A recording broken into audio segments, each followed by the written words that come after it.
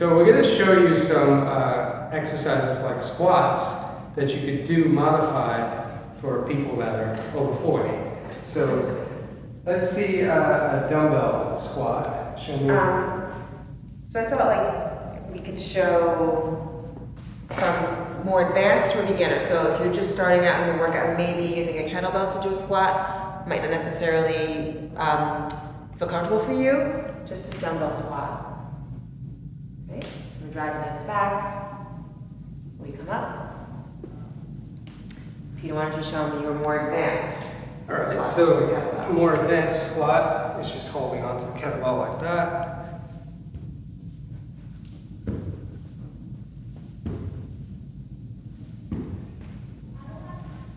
And then you could also show a front squat, which is a little more advanced. Right. So to progress, going from holding the weights by your side, as Peter mentioned, taking it to a front squat. So just holding the dumbbells at the shoulders. Your shoulders are now active as well. And we squat. And the more muscles involved with the exercise, the more hormone stimulation you'll get out of it. And speaking of, so again, if you want to progress this, we can squat, we can take it up to press. Yeah. Now you're just showing off. Just showing how we can progress an exercise. So again, as we mentioned earlier, it's never too late to start working out. There's always a modification. You can start with a beginner movement, beginner exercise, and progress it as you get stronger. Okay. One other exercise I want to show you guys, and that's a man maker. It's one of my favorites, and it's definitely good at stimulating every muscle group within the body, and it's definitely going to increase your testosterone growth hormone. So you're going to start out, push-up position, push-up, row, row, come up, curl, press, and repeat.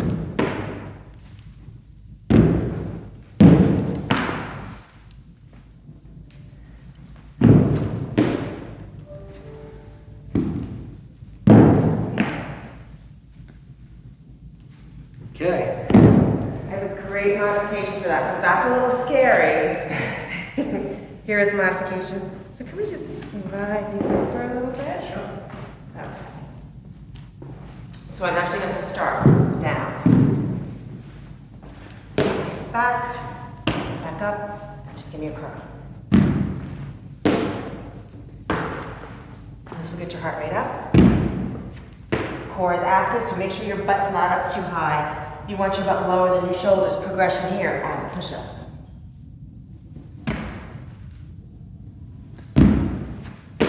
There's your progression. Also another modification. So if you're having a little difficulty stabilizing your spine, you can jump back and the feet can be in a nice V position. So taking the feet here will help stabilize the spine, right? And then bring the feet back in, do your curl.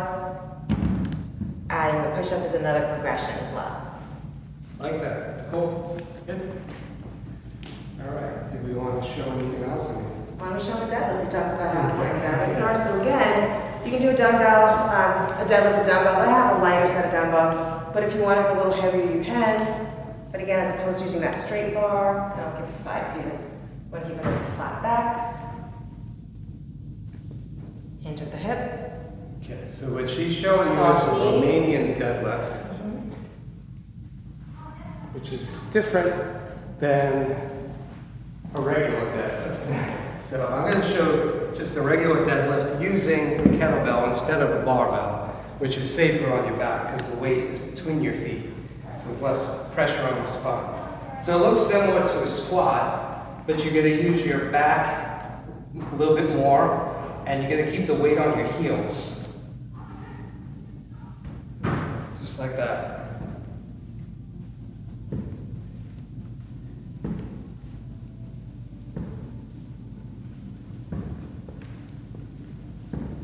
Okay. Why don't we talk about that difference between the Romanian deadlift? So Right. I have lighter weights, so it wasn't a whole lot of stress on my back. I wouldn't do it heavier. What's the major difference there? I mean, we know what it is, but let's share with our guests. So the major difference is you're using mostly hamstring and lower back with the Romanian deadlift, whereas the regular deadlift, you're using all of your quads, all of your legs, including the hamstring, quads, and the butt, as well as the lower back. So, just a more compound movement. Right. And again, I kept it light.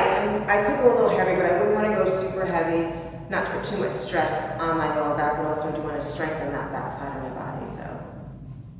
Okay. If you're beginners, it's still possible, if you're over 40, to gain muscle? To build muscle? Yes. It's possible, we just gotta work a little harder. So for all the reasons that we were talking about earlier, Yes. as you get older, it's harder to build muscle mass and maintain it. Not impossible, just more challenging.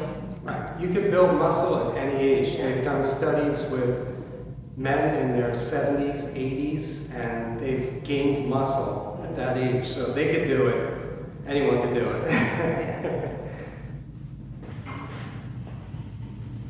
There you go.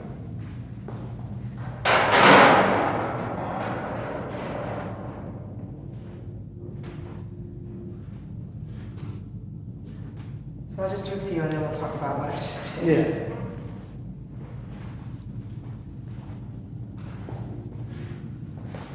Assisted pull-ups. So assistance from the band, just to help give me a little leverage. I do have a shoulder issue, but pull-ups are one of my most challenging exercises. So I usually do them assisted, helping to build strength, getting that range of motion in my shoulders and my back, but really, really great exercise. Also, I was engaging my core, so it is great to help strengthen the core as well because you're activating those muscles to help stabilize you. But great, great exercise, and it's okay to do them assisted.